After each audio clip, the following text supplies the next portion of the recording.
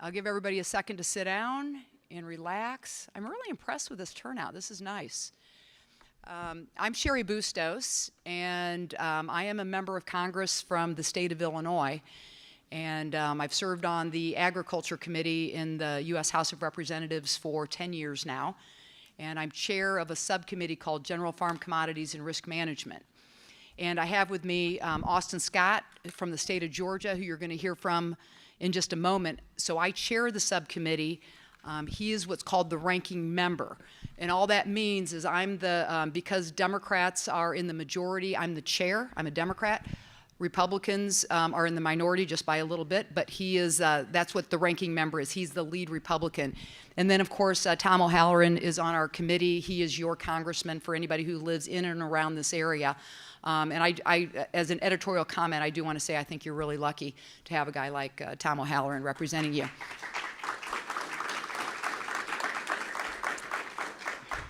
Did you know he does have some Illinois roots? He was a Chicago cop, which, yeah, so. My husband's the sheriff of our county, so I think that gives him a lot of street cred with me. So this is really history making in a sense, because we are doing a nationwide listening tour to prepare for the 2023 Farm Bill. And this is our very first stop.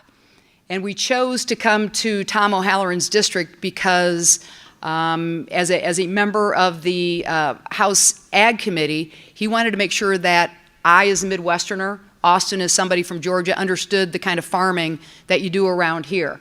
And we really just want to get a full understanding. We are in full-on listening mode.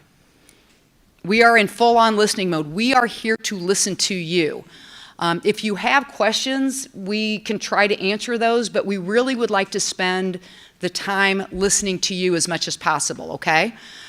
We've got several people from the House Ag Committee, staff from the House Ag Committee.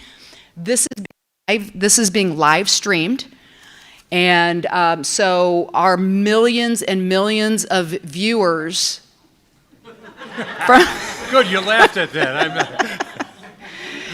will be tuning in to watch all of this. Now, a few housekeeping things. We would ask that you fill out those little cards in the back with your name and the information that the staff is telling you that we need. That's really for official reasons, so we can go back to that, and if we need to follow up with you, but we want to know what you think. If that is not comfortable for you, and you're not comfortable speaking out, then pull us aside, or you can always contact Congressman O'Halloran's office as well, but we want to hear from you. We have scheduled until 1 o'clock, so about 2 hours, and we will use every bit of that. We would ask if you could keep your comments to around 3 minutes. I don't think we're going to be overly strict, but the point there is that we want to make sure that everybody has time to speak, okay? That's just really important that we're hearing for everybody. So we are calling this a 2022 review of the Farm Bill, Perspectives from the Field.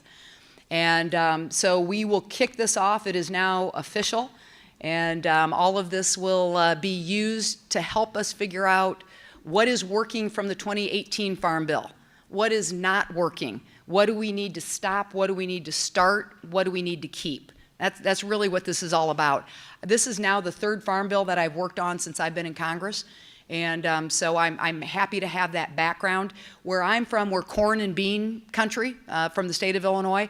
And so the thing that I would hear about from our family farmers, keep in mind we have almost 10,000 family farms in the congressional district I represent. So it's a lot, but the number one thing I would always hear about is about crop insurance. And when we started crop insurance after having direct payments, the feedback was keep crop insurance, that it was working. So very interested in hearing from all of you as well, and what's most important to you. So with that, again, welcome. Thank you so much for being here with us, and I'd like to turn over the microphone to Congressman Austin Scott from the state of Georgia for his welcoming comments as well. Well, thank you, Sherry and Tom. Great to be in your district. All four of my grandparents were involved in production agriculture, and none of their grandkids are. I think that's one of the challenges that we face as a country is who's going to be farming 10 years from now, because if you're not farming today, you're not going to be farming tomorrow, and if you're not farming tomorrow, what are we going to do for our food over the next couple of decades? I got a phone call from a farmer this past week, and I think this is an important issue, so if you'll bear with me for a second. And he's been farming for 40 years. He's a hog farmer in rural South Georgia. And his supplier of soy meal had cut his allotment from 1 semi-load a week to 2 semi-load. From 2 semi-loads a week to 1 semi-load a week. In the 40 years he's been farming, it's the first time he's ever been rationed on his feed for his hogs. And like most of the rest of our farmers, he buys from Big Ag on the supply side, and he sells to Big Food on the other side, and somehow he's supposed to make a living in between on very small margins. And the supply chain disruptions that are occurring in our food supply chain have created unprecedented problems for those who are in production agriculture. As we push forward, a couple of things that we have to be very much aware of. One is our dependence on foreign sources for fertilizer, chemicals, and other things, I think has put us in a dangerous position. If you look at what's happening with Ukraine and the Black Sea, Russia is the #1 producer of nitrogen. Russia and Belarus are number 2 and 3 in potash. We should have never allowed ourselves to get into a position where we're dependent on them for our inputs into ag production, but we have, and we're going to have to work our way out of that, just like we're going to have to work our way out of being dependent on chemical production in China. So I'm very worried about the supply chains and how fast we're able to address those issues. The other thing I want to mention with production agriculture, and I'll turn it over to Tom if you'll bear with me for just a second, what's happening in the courts with regard to the chemicals that we use.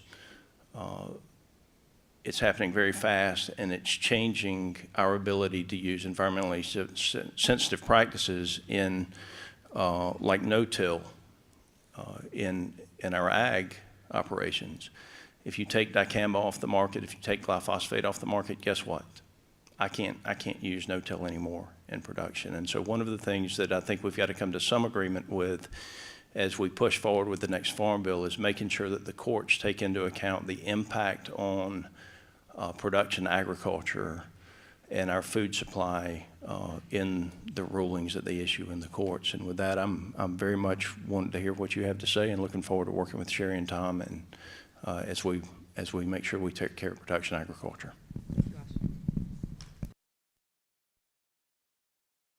It's on. It is. Talk to the mic, Tom. Well, thanks for being here, everybody. Really appreciate it. A little history of me too, I guess. I come from a farming family, dairy farmers. They started out in South Dakota, around the Fargo area, ended up down in Harvard, Illinois. And even I'm not old enough to understand when we lost my grandfather's farm after the Depression, Great Depression. But that's where that Illinois connection comes in. And we just quickly, mentioned potash. Northern Arizona is full of potash. We have tons and tons and metric tons and everything of it. And here we are worrying about potash from some foreign country. That's a problem. We have problems like that across our whole mining industry in America. That's a huge problem for all of us. And we're trying to make a difference in that area. So I want to thank the chairwoman to be here today and the ranking member. Our committee is one of the most bipartisan committees in Congress.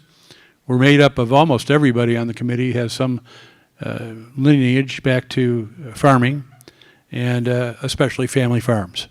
And that's really, truly something we talk about day in and day out, and the importance of not only keeping today's family farms, but finding the workers and the heritage of the family farm through the family to keep it up and going on a continual basis. It's great to have staff here today too. You look at us and we go, well, it's good to be able to talk to a few Congress people here. That staff's there all the time, and they're our information source. And the object is obviously, as the chairwoman said, is to get an education on how different is this than other sections of the country. And there is a difference. We know it, but to highlight that, it's important. That Farm Bill is the largest investment Congress makes into the U.S. food and agriculture industry. We were all here for the 18 Farm Bill, and I'm glad to see that we're all here for this one. Through the 2018 Farm Bill, Congress expanded the broadband deployment that's ongoing as part, and also will be part of the bipartisan infrastructure bill, and it's extremely important. There's new challenges now, though, and that we're focusing on again. Wildfires is one of those that this committee, not specifically the subcommittee, but the committee is in total dwells on. And obviously we all know how important it is not only to feed our fellow Americans and the rest of the world, but also to make sure that we keep on top of that economy as a country. We're not spared. We've experienced the worst drought. You're going to hear a little bit about water today. Oh, yeah. Washington, D.C. has plenty of water. They aren't experiencing a 1,200-year drought. And we are in the middle of a process where I've lived in Arizona now for almost 30 years, and almost, well, a large majority of that has been during a drought. And so my hat's off to anybody that's in the industry that has to address those issues, whether it's rain coming from the sky or water coming up from the pump. There's a cost to that, and a cost to agriculture in our area, and especially, you'll find out today, Pinell County, which is one of the fastest growing counties in America. So I'm going to cut short my brief remarks here that were too long by my staff and get to your remarks, which are the most important pieces of listening sessions, to be able to understand fully what you're going through. But please don't be shy when it comes to disagreeing with what you've seen and what you want and what you need, because that's how we make change, and to create that change by listening to you. Thanks a lot. All right. Thank you, Congressman O'Halloran, for hosting us today. I also want to thank Central Arizona College for allowing us to use this beautiful space here. We appreciate it very much. And Officer Lawrence is in the back. She's here to make sure that we're safe and sound. So thank you, Officer Lawrence, as well. We appreciate that. Okay, so what's going to happen now, the mics are going to be moved to those two little X's there. Are we calling people to go up, Josh? I just want to make sure that I know kind of the next step. Josh is with our Ag Committee staff. Line up if they, okay. Okay, line up behind either mic, and if you have a hard time standing, then just say you're in line or whatever. That's fine too. And bring your card. And you know, I have a lot of quotes hanging on my wall. One of my favorite quotes is, "Candor is a compliment. It implies equality." And the next part was, "It's how true friends talk." So consider us your true friends up here. We really do want candor. We want to be able to use the information that we're learning today to be able to help shape the 2023 Farm Bill. So you can be as candid as possible. All right, so with that, go ahead and get in line if you would like to do that. Again, if you have trouble standing, just maybe just say that you've got a space in line. And we're going to start with you. Fantastic. Thank you, Representative O'Halloran. Thank you so much for hosting this here today. Sorry, I need to get the card. Already? I have my notes on it. Okay. Oh, yeah, I'm supposed to grab the card for Sure. professional records. Make sure.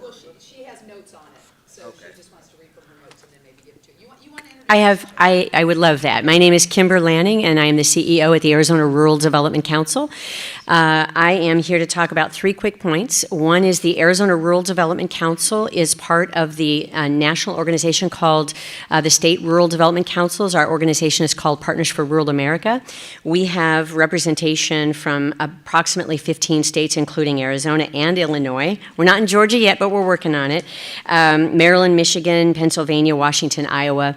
We work together across the country in a very collegial, bipartisan manner. Our representation is required. It's a federal designation. We are required to have federal, state, local, and tribal representation in each of our state councils. By design, our mission is to eliminate duplicity and to work across different governmental agencies and tribal agencies to build collaboration. So I wanted to just highlight a couple of quick examples of the type of work we've done in the last year. We advocated in the middle of COVID for relief aid for our small businesses in our rural communities across Arizona. We were able to start with $10 million, which we were successfully able to distribute in increments to small businesses to help them with everything from troubled debt relief to reimagining what their business plan could look like in the middle of the crisis. That number is now up to $43 million that we've been able to distribute statewide. In addition, we launched the Arizona Economic Recovery Center, which is designed to increase capacity in our rural communities by deploying grant writers, facilitators, project managers, financial experts, and others to help them be more successful at winning federal, state, and foundation grants. We desperately need those dollars in our rural communities, and so that is what the Recovery Center is doing. Just to give you some numbers, we have spent $225,000 to date. We have won $6.4 million for our rural communities, and we're only just getting started. So the state rural development councils have a $10 million allocation built into the Farm Bill. It has not been appropriated for the last 12 years. So I'm here today to say that we are stronger than ever. We would love to partner with you and to consider helping us get through appropriations with the $10 million that is already allocated there. Thank you so much for your time. Thank you, Kimberly. How about if we go like this? Is that good? We'll go to this mic, this mic, this mic, this mic. All right? So go ahead and introduce yourself if you would, please. Good morning. My name is Angie Rogers. I'm the CEO of the Arizona Food Bank Network. So I'm going to talk a little bit about the demand side of this conversation. I want to thank Congressman O'Halloran. We've worked very closely with you and your staff over the years and just really appreciate the invitation to today. The Arizona Food Bank Network is a coalition of the 5 large food banks and about 1,000 locations across the state. So we distribute food to all 15 counties, including the very remote parts of the bottom of the Grand Canyon. And I want to talk about 3 key solutions to hunger today. First, the Emergency Food Assistance Program and the Commodity Supplemental Food Program. These food boxes are critical to the demand that we are seeing right now. As you all know, you've seen pictures of the lines across the country of food bank demand. Normally, we serve about 460,000 people each month. That doubled and even tripled at some point during the pandemic, and already we are starting to reach high levels today because of what we are seeing in our lines. What I'd like to encourage you to do is to increase the TFAP baseline funding to at least $450 million a year and indexed to inflation. I'll note that this food does not only help hungry people, but TFAP also has a strong impact on the farm economy, giving Arizona growers and producers an average of 27 cents per dollar as opposed to 16 cents per dollar at food retailers. I would like to authorize $200 million for storage and distribution and $15 million for TFAP infrastructure grants.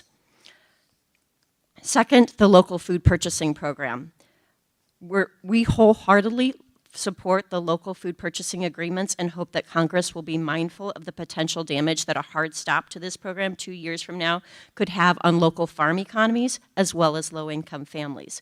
We in Arizona have been successful at securing a $500,000 appropriation to help support this program and are looking forward to the USDA approving our nearly $5 million application to start to continue this program in Arizona.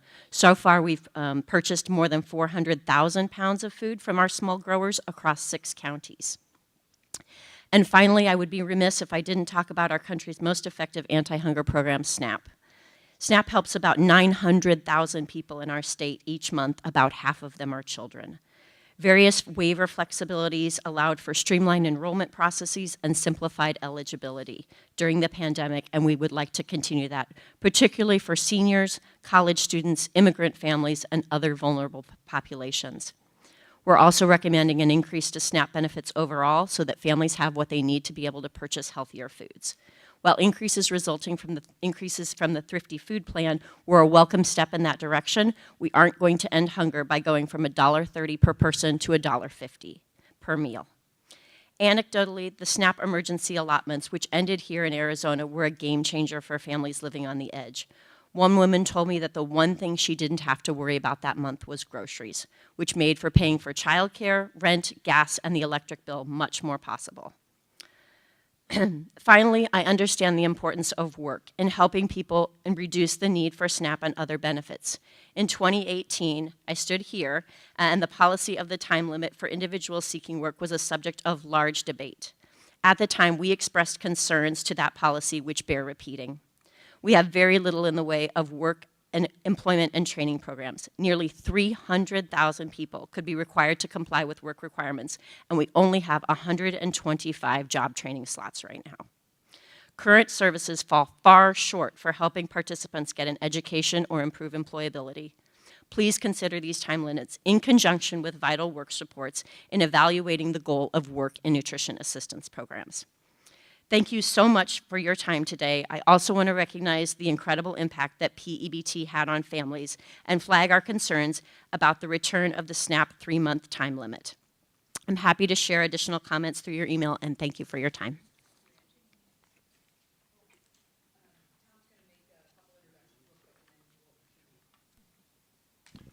Yes, I'd like to recognize the Mayor John Thompson from Coolidge is here today. John, where are you at? There he is. Oh, yeah. It's great to be back in your community, Mayor. And Charlene Fernandez, former legislator, who is now the state USDA Rural Development Director. Charlene?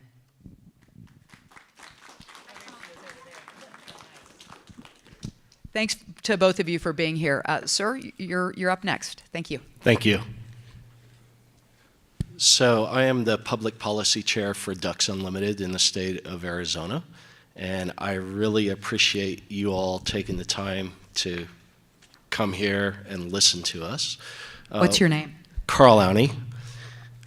One of the important things about the Farm Bill is conservation easements. As we look at not only the perpetuity of farmland and the importance of that community, but that community, how important it is for habitat conservation. So I'm here to please ask you to take that in consideration when you all look at the Farm Bill. Thank you. Thank you very much, Carl. Mr. Udall. Thank you, Madam Chair, Representatives O'Halloran and Scott. I have to start out first by telling you that I have roots in Illinois. My great-great-grandpa, Christopher Layton, who I was named after, lived in Big Mound. His first job was scaring crows out of wheat fields in North Bedfordshire, England, before he immigrated. So we go back quite a while. I thought you were okay, but it was because of those Illinois roots. So, good to see you. Thank you. My name is Chris Udall, Executive Director of the Agribusiness Water Council of Arizona. We were established back in 1978 to respond to proposed legislation, water legislation, which was our Groundwater Management Act. So we've been actively involved in that ever since. We later became the state affiliate to the National Water Resources Association, which has an office on the Hill. We're also very actively involved with the Family Farm Alliance. Our members serve on the board and advisory council, 2 entities that represent irrigated ag in 17 Western reclamation states. I figure I better go off my notes or I'll end up filibustering. Collectively, we meet regularly to discuss federal priorities such as water infrastructure funding. We appreciate the support of Congress and the President signing the bipartisan infrastructure law last year, which included water infrastructure funding for agriculture. And we worked with a Western Water Infrastructure Coalition, Family Farm Alliance, NWRA, California Farm Bureau, Association of California Water Agencies, Western Growers. We worked with them, 220 organizations signed on in support of this effort, this campaign to get water included in the infrastructure bill. We led an Arizona coalition. It was great to work with Arizona Farm Bureau and others here locally to get that done. Your staff, Representative O'Halloran, I think we met with every congressional office online at our board meetings. They were able to visit with our irrigation district managers. They were able to show what was needed as far as water infrastructure to try to bring them up into the 21st century. Other high priorities, of course, are addressing forest health to promote healthy watersheds and their water supply capability, providing rural jobs, enhancing the environment for everyone and everything. Projects happen, but not fast enough. I wanted to just paraphrase from Family Farm Alliance President Pat O'Toole, who spoke 2 weeks ago to the Senate Energy and Natural Resources Committee, unscripted and from the heart. He basically said we need to quit nibbling at the problems, and we need to start going larger scale to really address our needs in agriculture. Another high priority, of course, is the Farm Bill. We've been actively involved in many of the Farm Bill discussions over the years, campaigning for additional funding for EQIP. The AWEP became the RCPP. Some of our members have been able to use at a regional level to improve water quality, quantity. PL 566 is a big one. All those to improve efficiencies on the ground. NRCS and other agencies are great to work with, but I've heard from some of our growers that their members at the various conservation programs and applications are cumbersome. I understand that only 16% of American farmers are involved in the farm program. It'd be nice to see that number bumped up. We'd like to see less paperwork and more applied conservation so the land can be improved upon. Farmers and ranchers need programs through NRCS that can assist with the purchase of infrastructure, including solar panels, pipeline materials, well drilling, tanks, gated pipe, and projects to develop water. These benefit food production, food security, our wildlife, and our wetlands. I don't know what you can do about environmental litigation, but it drastically slows it on the ground improvements or prevents it entirely. I could give you an example of our own family ranching operations, which we had for a century. We sold it because of the Mexican wolf reintroduction and threats of litigation. Our rangeland looked great, but our carrying capacity was reduced on livestock because of fear of litigation. That really must end. With current drought conditions on the Colorado River and elsewhere across Arizona, the time to get projects approved and accomplished is now and not 20 years from now. We need so many things 20 years ago. It's time to quit nibbling. We need to look out for the consumer with food security, which is part of our national security, and you can certainly help us with that. I appreciate your time making the trip here to Coolidge, Pinal County. They could certainly use your help right now. Thank you. Thank you, Mr. Udall. Sir, if you'll introduce yourself and take it away. Good morning. My name is Khalil Rashadan, and I am the programs manager with the Arizona Faith Network. First off, let me thank you, Congressman O'Halloran, for inviting us to join you today, and then the rest of the committee for hearing us out. We'll be talking about food insecurities and justice reform. So the Arizona Faith Network's mission focus is criminal justice reform, and then our Social Justice Committee has worked with the Association of Food Banks and other partners to eliminate the SNAP drug felon ban here in Arizona. As you know, 1996, Congress imposed lifetime bans for individuals convicted of a drug felony from receiving food stamps or cash assistance. In 2017, Arizona state legislators partially repealed the ban. However, give me 1 second, allowing people to participate in specific drug treatment programs and agree to random drug testing. If they did that, they would be considered for SNAP benefits. Today, I want to ask you to fully repeal the ban nationwide. It undermines efforts by individuals striving to transition successfully into their communities and provide for their families. People re-entering society face significant barriers already to employment, housing, health, and more. My colleague David Shepard will get into, the impacts of, people who can't get access to SNAP. But I can speak directly to the hardships also and can share that they, there's a lot of people who are not able to buy food. Making food more accessible by reinstating SNAP eligibility is not only it not only addresses basic needs, it supports individuals' overall capacity to succeed. Even in ordinary times, formerly incarcerated people are confronted with too many legal barriers and other disqualifications as results of their criminal record, and far more likely to experience unemployment because of a criminal record.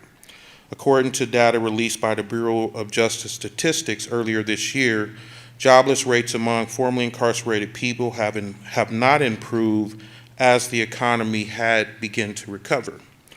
It is important to note that on paper, asking people prior drug convictions to participate in treatment programs may seem egregious.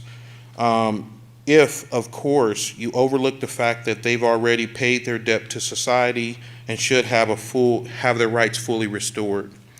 In reality, drug treatment and drug testing are a huge burden in people's time, money, and other resources. Going to rehab and IOP costs money. Leaving your job to drug tests costs money. It requires transportation. It requires a job that will let you leave early just to go take those tests. And sometimes employers are not, as lenient.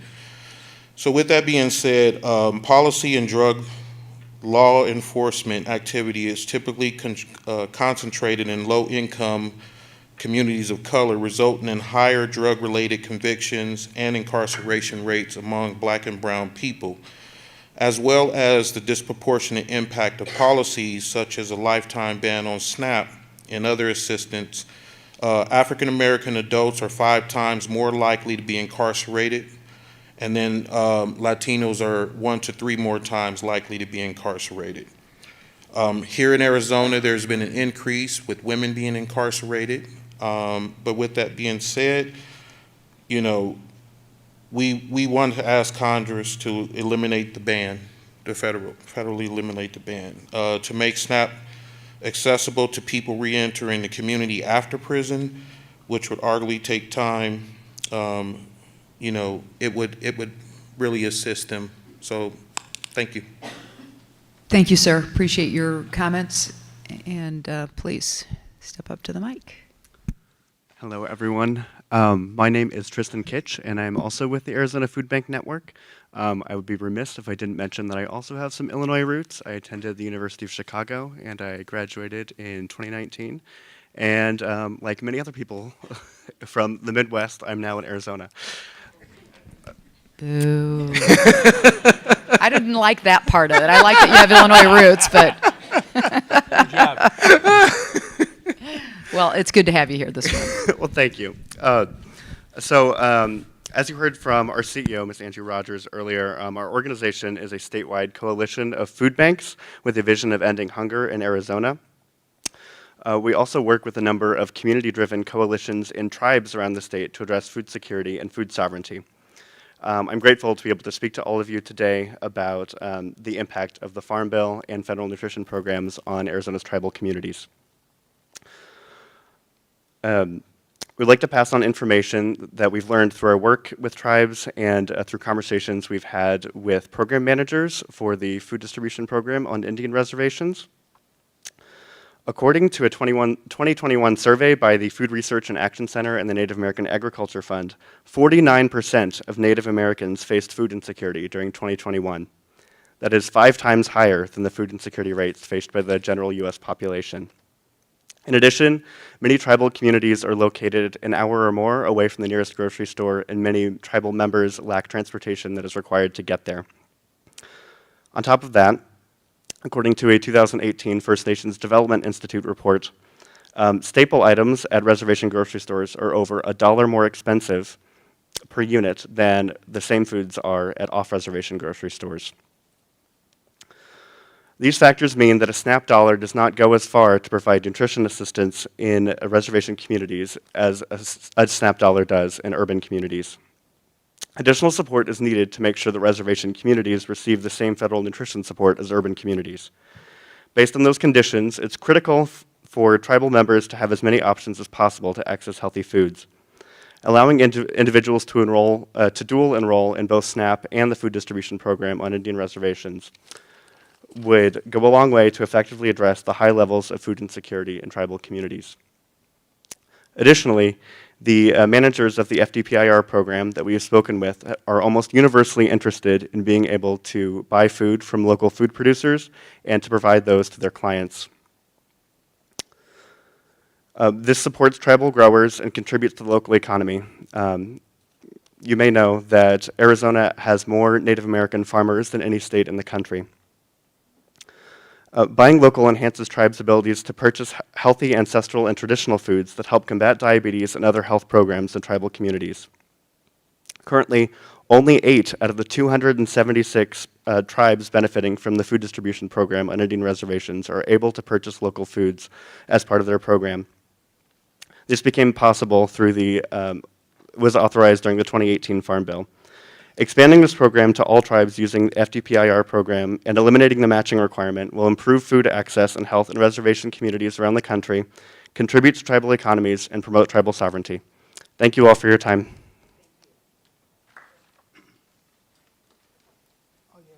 David Shepard, and I don't know a lot about farming or agriculture except that being born in 1944 in a small town in Texas, I remember moving to a smaller town in Shiloh, Texas, where we didn't have to worry about electricity or none of that type of stuff. We didn't have it, and we didn't ever have a drought because we drew water from a well, and my grandparents and my parents did all the farming. They raised everything that we had, including the chickens, everything, right? So I moved to Arizona, though, in 1958. And the next thing that I learned about farming was at Arizona State Prison in 1964, because at that time we raised everything. We did all the farming, we picked the peas, the corn, we did everything, the slaughterhouses and all, right? So I did all of that time, and then this college right here, in 1968, I started in Florence and got 29 credits toward my degree, made the dean's list and the honor roll and all that stuff. So I talk a lot about me because of the experience that I've had just in Arizona, coming from a segregated state to an integrated one. The only thing that was integrated in Arizona at the time was the Maricopa County Jail. That was segregated, the jail was. But anyway, being in prison and coming out, I've been out of prison now like 40-some years, right? And what I've noticed since I've been out is I've worked with people that were in prison. I've worked with people that needed their rights restored. I've worked with people that the barriers that people going to prison has been a thing that has damaged us a lot. You know, I'm in prison with people that was doing life, and I didn't realize that coming out of prison, I would have to do life. But coming out of prison, I had to do life also because of all the barriers, housing, employment, and now food. Food should be accessible to everybody. Doesn't matter what the situation is. And even getting off parole or getting all that stuff in order to get it back, I think is not the best way to go. I now work down at CAS. I don't work at CAS, but I work down at that shelter. And I'm a freedom navigator. So I help veterans now that's been to prison get jobs and try to help them with housing and stuff like that. But my biggest problem is this whole thing about the SNAP program. I remember when the food stamps were just a paper thing, you know, a little dollar sign, little paper and stuff like that. But I see people and I work with people every day that food is a basic necessity. Some of the things are not necessary, food is, and when you start to eliminate things, access at getting at food, because I'm been convicted of something. I got my rights restored in '85, so I don't have to worry about that particularly. But to do that, I think, is not the best way to go. I think that Congress, and however this whole politics is something I don't know that lot about either, but I know that the SNAP program is necessary. Food is necessary for those people. People come out of prison, they still have families. They come out and they want to start over again, so they want to raise their families in an environment that allows them to not go back. Food stamps can help that family also. It's very difficult to get jobs for people with felons. Like I said, don't know a lot about politics, but in the first time I got out of prison in '67, it was easy to get a job. People didn't even seem to discriminate as much as they do now, of course, with the crime rate and all this stuff. Now it's like that. But I'm just saying that people need to understand that food is one of the things that should not be touched. The access at it should not be touched, because a lot of that is going to cause people to go back. Sometimes after being out this long, when my back is up against the wall, I think about how I used to survive. And now I don't do that. No, I don't act on it. Food stamps also could do a lot of keeping people from going back to where they were before. Thank you.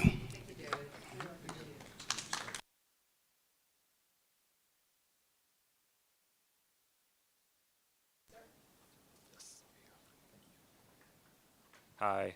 Thank you, Chairwoman and representatives and staff as well. My name is Kenneth Steele. I'm the Healthy Communities Programs Manager at Pinnacle Prevention. We're a nonprofit based in Chandler, Arizona, but we do serve the entire state. And we're working to cultivate a just food system and opportunities for joyful movement for all Arizonans. In doing so, we've been administrating USDA nutrition-related programs for over 5 years. And we also convened the Arizona Food Systems Network, which is a broad community of advocates, practitioners, and leaders all across the state.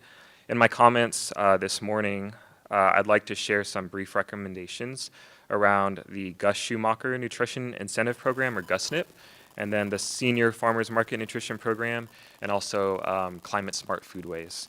So GUSNIP, which is the Farm Bill's SNAP Fruit and Vegetable Incentive Program, which is known here in Arizona as the Double Up Food Bucks program, has had an amazing impact on nutrition security and farmer livelihood in our state's urban, rural, and tribal areas. We want to ensure that funding continues for GUSNIP while also reinforcing reduced or eliminated match requirements, just to make implementation and expansion of the program in an equitable way more possible. There's so much more room to grow with this impactful program, both in our state and across the nation. In our efforts to expand the program here, especially to grocery stores and to corner stores, smaller Arizona-grown stores, we've also recognized the need for infrastructure enhancements. So we propose the inclusion of additional set-aside funding under GUSNIP for infrastructure. So that would help stores with their technology and point-of-sale enhancements. Would help with their cooling and refrigeration options, and even farmers market sites are also in constant need of infrastructure to support the comfort of their customers and the quality of their products. Today's Saturday, a lot of farmers markets in Arizona need shade structures, misters, other refrigeration elements as well. With Senior Farmers Market Nutrition Program, currently there are a limited number of opportunities for our older adults and our elders when it comes to nutrition security.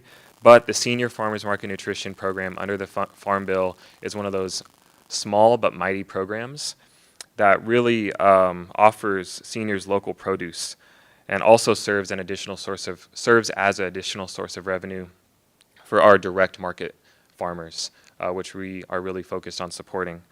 This FMNP program is also another touch point for our seniors that continue to be isolated. And so we would love to encourage Congress to provide increased and permanent baseline funding for the program, and then also to increase the maximum amount of the seasonal benefit up from $50 per season. Lastly, with Climate Smart Foodways, we're all feeling the threat of the climate crisis here in our state on farmer, rancher livelihood, and on the viability of agriculture and our local food sheds. The Food Systems Network has engaged over 150 stakeholders around the state to develop this Arizona statewide food action plan, and Climate Smart Foodways rose to the top as one of the top 4 priorities. So with that, we would love to see a way to have more innovation to give farmers the tools that they need to be able to expand climate-smart practices. We have a lot of interest from farmers, from ranchers of all sizes, in soil health, water efficiency, working with one another, learning from indigenous farmers and the practices that they've done for generations. With that, we also fully support what's been proposed within the Ag Resilience Act under the Farm Bill, and also see that as an important solution for a climate crisis. And with that, I'll conclude my comments. Thanks so much for your time and for your attention. Hope to continue the conversation another time.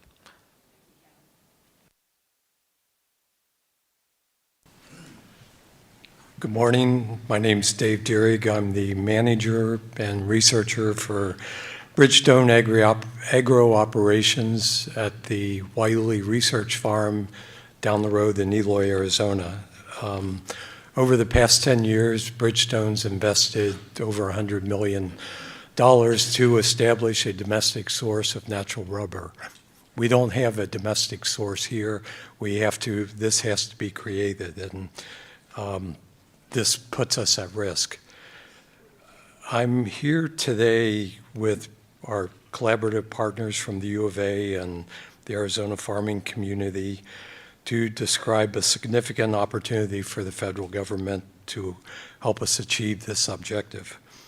Natural rubber is a key raw material for many critical industries, including the defense, national security, transportation, medical supplies, medical devices.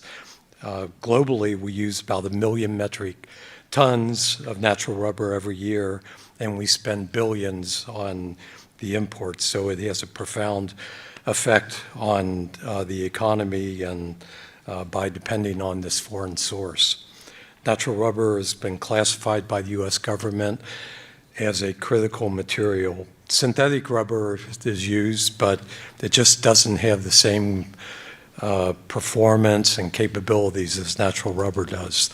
So the entire world supply of natural rubber comes from one biological source. It's a rubber tree. It's a clonal tree, which makes it more susceptible because of lack of diversity to other diseases, and it also comes from one geographic location in Southeast Asia. So that's a risk because of climate change, labor shortages, and geopolitical issues, similar to the fertilizer problem. If Taiwan ever got invaded, what would happen to our supply that comes into the U.S.?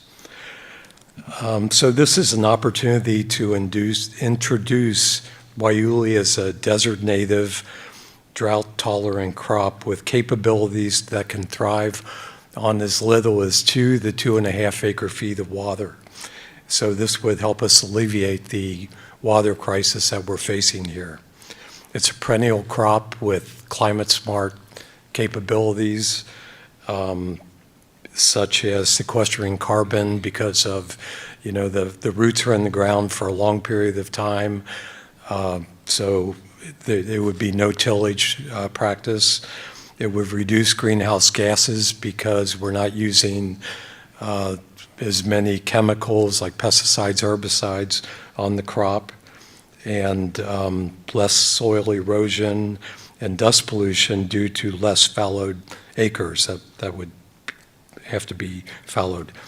So scaling Waiuli as a domestic rubber source requires planting hundreds of thousands of farm acres in conjunction with an expansion of industrial processing capabilities. As the new Farm Bill considers many responses from today, this would address the drought and support growers. So we're urging several policy options.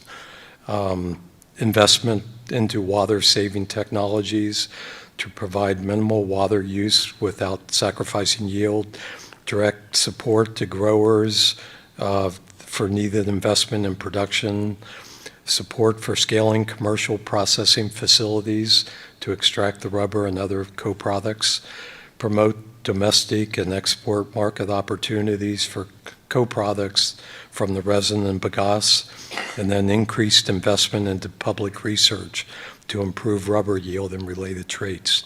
So thank you. Oh, one more thing. If you could get President Biden at the State of the Union message to say Waiuli, that would also be awesome.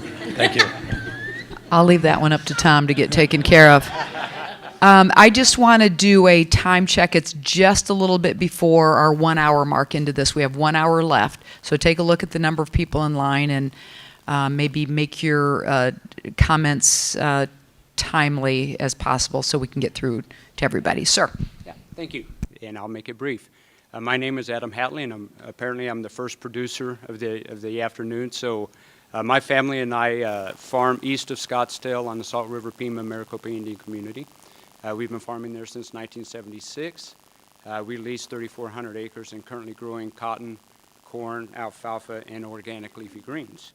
So today I want to talk to you mainly about the cotton portion of the Farm Bill. So a little bit, I want to speak to you briefly about some issues that are important to my farming operation. Yes. While cotton prices are stronger than in recent years, higher input prices and severe supply chain issues have resulted in significant increases in production costs. Most producers are expecting a 25 to 40% increase in input costs for 2022, largely due to higher fertilizer, energy, and pesticide costs. As compared to a year ago, fertilizer prices have increased by 55 to 120%.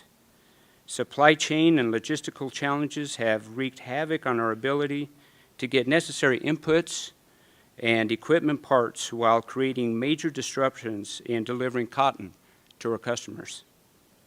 As producers, we must have an effective safety net. This includes a commodity policy that provides either price or revenue protection for prolonged periods of low prices and depressed market conditions, similar to the PLC or ARCA we currently have.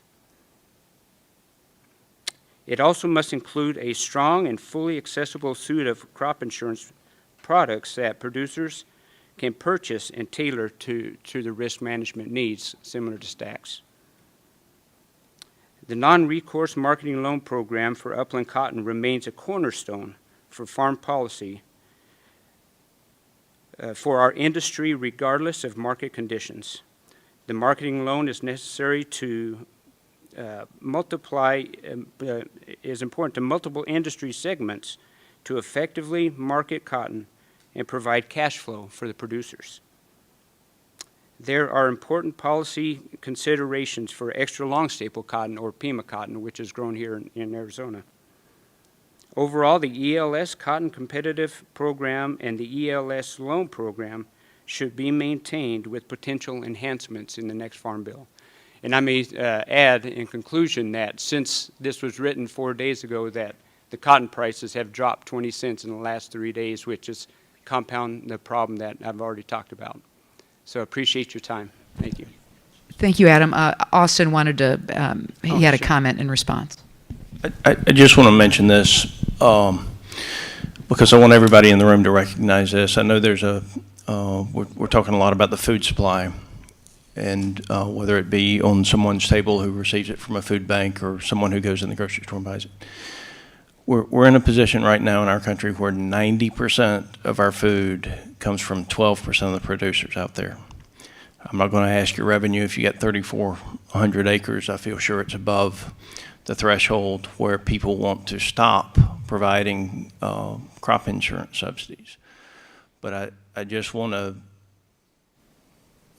I want you to know, without America's larger farmers, we're going to pay a whole lot more for our groceries, whether it's the food bank that's buying it to deliver it, or whether it's us as a mom and dad walking in the grocery store. And so, again, a number that I think you need to hear, 90% of our domestic food supply comes from 12% of the farmers, and those farm families take a tremendous amount of risk. And I can tell you, without crop insurance, they would not have survived some of the past couple of years.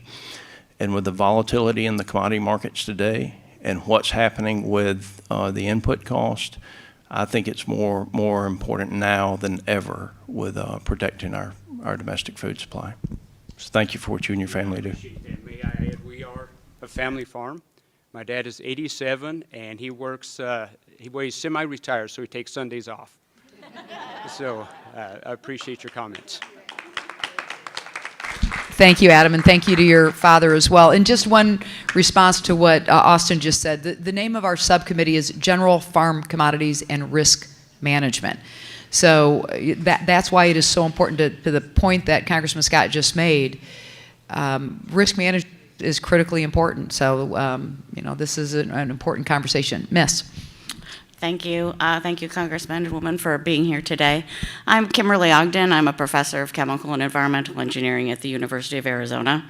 And most people would ask, what's a chemical engineer doing here talking about the Farm Bill? But many of us are interested in domestic supplies of bioproducts and biofuels and using those to replace the traditional petroleum products and lower our greenhouse gas footprint. I have been a member of the Biomass Technical Advisory Board for USDA at one point that was funded by the Farm Bill. Today I'm talking to you a little bit because I also have my current research is funded by NEFA from USDA, and I'm working on the Waiuli project. The title of the project is a Sustainable Bioeconomy for Arid Regions. And that's what we're really interested in, and Waiuli hits all of the check marks for a bioeconomy in an arid region. With as the project director for this, I have to wrangle the 300 people that have participated in the project, everybody from high school interns to growers, undergraduates and graduate students, and faculty and extension agents. But what's important is that I keep everybody focused on the big goal, which is a sustainable bioeconomy for arid regions. Waiuli is very interesting because you can get so many products from it, and we want it to be known as a climate smart commodity. You can get the natural rubber that was mentioned, and nature just does a lot better than what us chemical engineers can do in terms of synthetic rubbers. So we need natural rubber for national security. So all those jet planes that come down and so forth, they need natural rubber for our national security. We get latex from Waiuli, and I think COVID told us why we need a lot of latex and gloves. We also get resins, natural insecticides and pesticides, all come from this one particular plant. And then from the bagasse, we can get things like biofuels. We can turn it into jet and things like that. Or we can make termite-resistant, particle boards. So it's a very good commodity crop that we would like to be mentioned in the Farm Bill. And as was mentioned before, it takes 30 to 40% less water. And in our region, with the rural growers and the tribal nations that are getting water rationing starting like now, it's extremely important for our region. Thank you.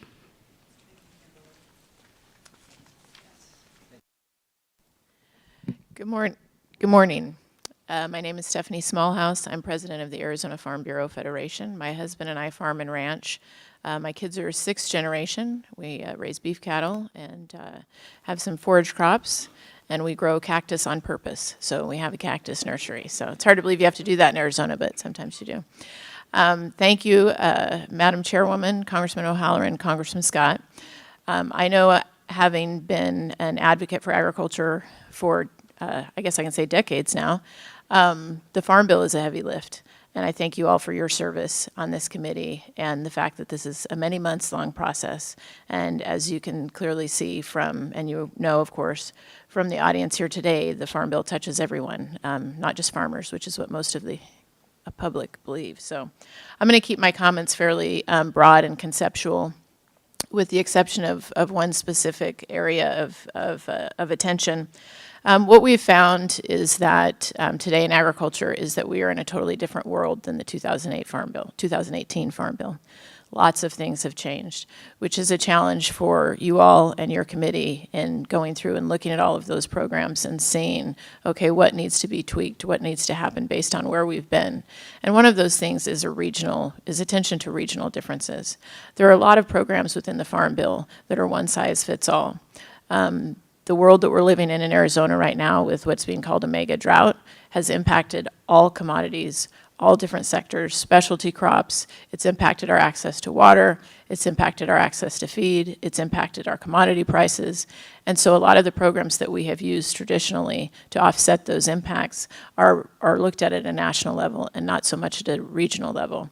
And so that's something, kind of a broad assessment that I think would be very helpful for those programs that are most used in Arizona, is what can we tweak to make them work better than in the last couple of years, given those regional differences. We had a lot of ad hoc programs that came out of the pandemic and the market disruptions we had with trade. It's great to know that the government can bring something to offset a problem, but then we often end up with unintended consequences with those ad hoc programs, and that goes back to those regional differences and access to some of those programs where there wasn't enough knowledge in who needed the programs, right? It created some issue for some of our specialty crop growers here in Arizona. We're all well aware of the disruptions that have happened because of the pandemic, because of drought. Wildfires. We're obviously seeing a lot more intense wildfires in the Southwest and in Arizona, and this is impacting a lot of our ranchers and a lot of our rangeland production. Right now, there are very few programs that I think could be integrated into Farm Bill programs to offset the losses that happen during wildfire. Right now, emergency watershed protection, it's a very slow-moving program. It's very cumbersome, and a lot of times, here in Arizona, we get all of this water right after. Well, we hope we get all of this water, let me clarify. In our hopes to get water, it happens right after our wildfire season. And so what we end up with is a ton of money and a ton of resources going into a wildfire, but then everybody picks up and leaves and there's nothing left.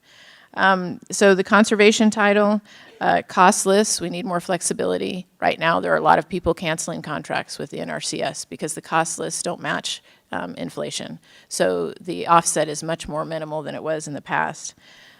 Specifically, I want to talk about creative solutions within the Farm Bill. And I know I've reached my time limit. I'm trying to talk fast. Within ELAP and LIP, we're working with Congressman O'Halloran in looking at a coexistence program to help our ranchers offset. You heard earlier from a rancher who sold his ranch because of the Mexican wolf. Congressman O'Halloran is aware of this program. He's championing it for us, and we would just appreciate you all's support in that program. And I'll end with climate smart agriculture. It's a big concern that will be made a condition of participation instead of an incentive for participation. And in Arizona, a lot of those techniques that are readily available around the country are not available here and are not applicable. Thank you very much.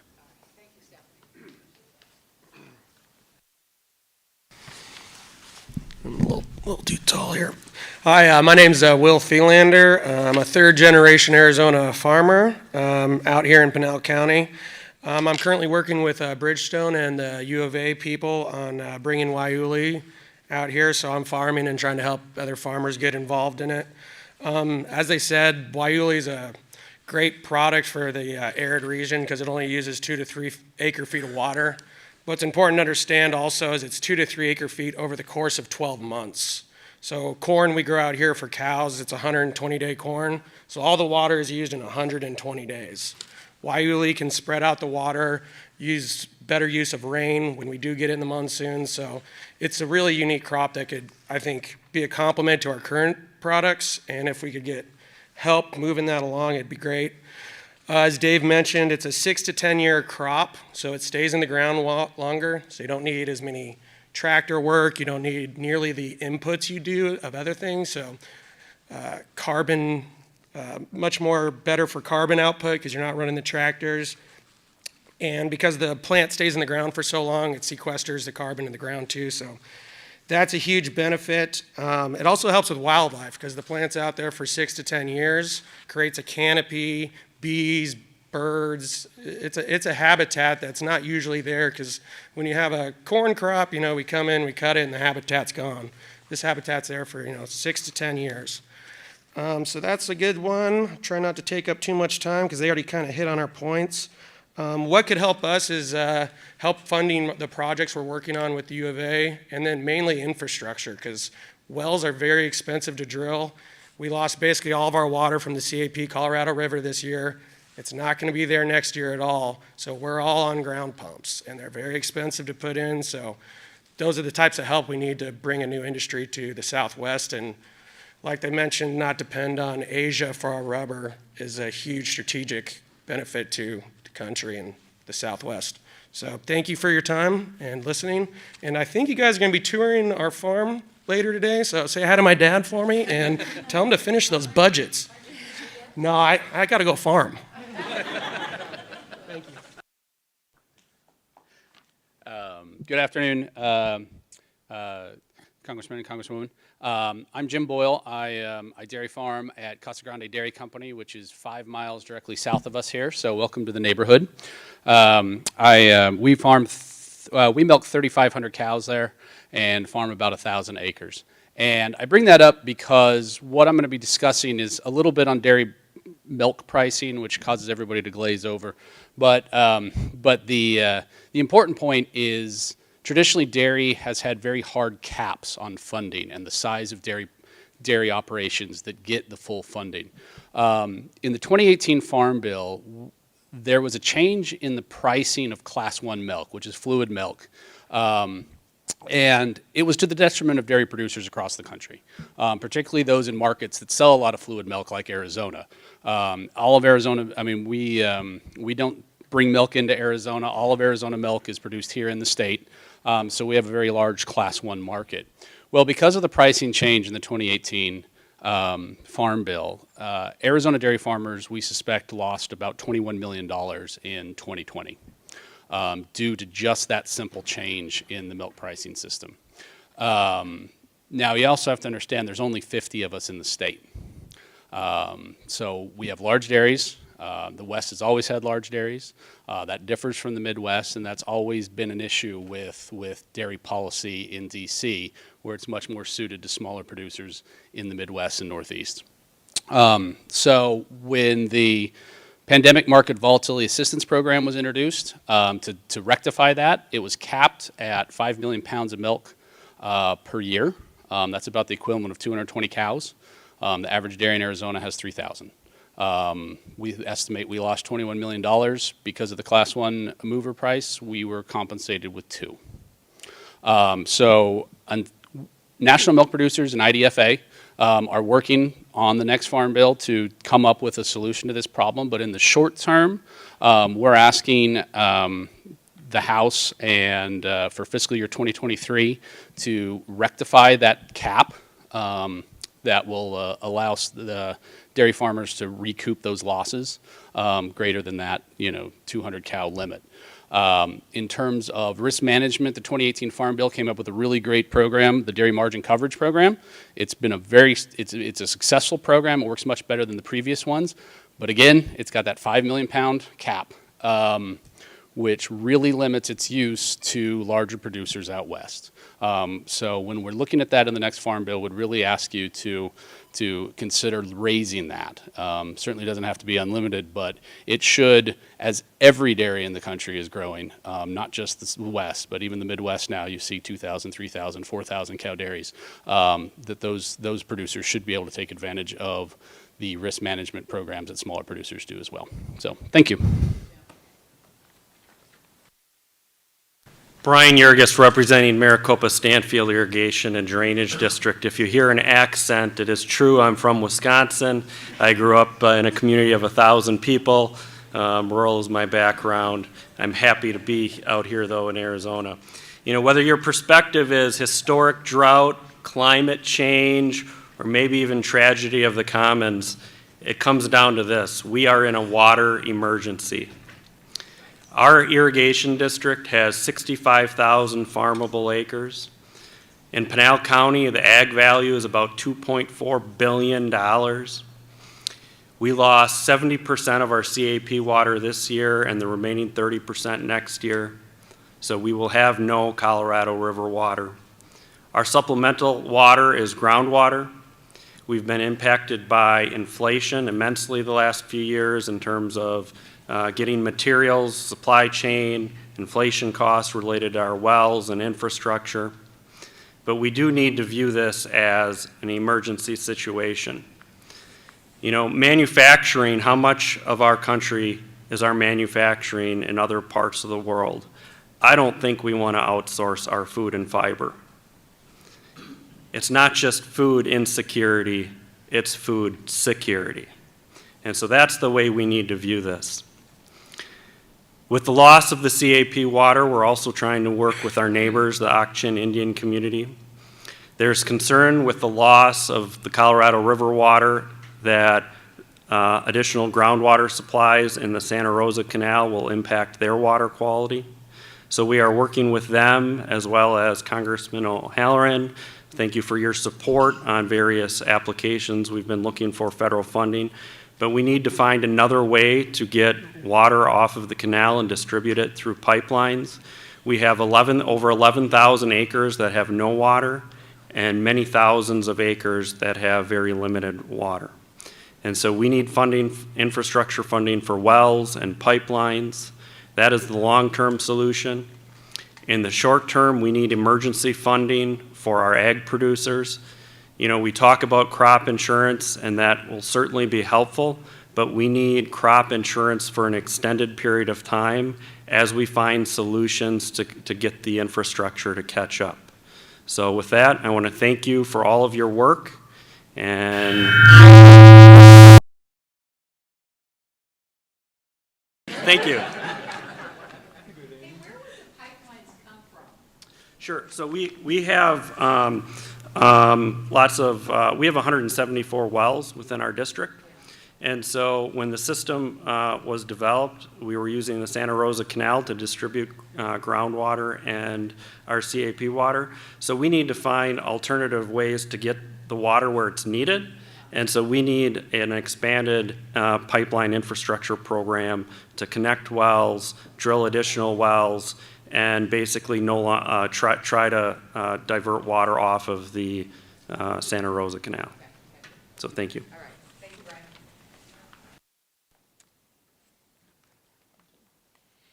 Hi, good afternoon. I don't want to.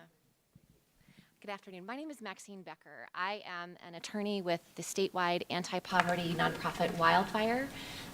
We work closely with about 60 nonprofits across the state to help provide SNAP outreach to our folks across the state who need to know about SNAP and get enrolled. And I'm here to ask specifically for the Farm Bill to consider to reinstate the pandemic level of SNAP benefits to for our poorest citizens. The average amount of a SNAP benefit per person was $127 per month, and the pandemic relief provided another $92. And I think as our partners at the Food Bank Network said, it was really the first time we had a lot of folks reporting we actually have enough that we can actually eat. And just to put obviously as farmers and in the farming community and in the environment, not everything is interrelated. In Arizona, we see poverty, it impacts every part of everyone's life. So we see that we have a housing crisis where our rental costs have gone up almost 30% in 1 year. Our senior homeless numbers have gone up 25% in 1 year. It's a senior silver tsunami of folks that we are seeing that we can't keep housed because as rental prices go up, their fixed incomes aren't matching it. And we know that our SNAP program is the best anti-poverty program that we have out there that keeps people just hanging on and fed and can help make the difference in those rents as they increase. Unfortunately, Arizona receives the lowest allotment of our LIHEAP funds, which is the low income. So we only have enough money to provide for 6% of the need that we have. So so every little bit of resources helps our most vulnerable, our people who have disabilities on fixed incomes, our seniors, and of course children. So we thank you for considering that reinstatement of that allotment.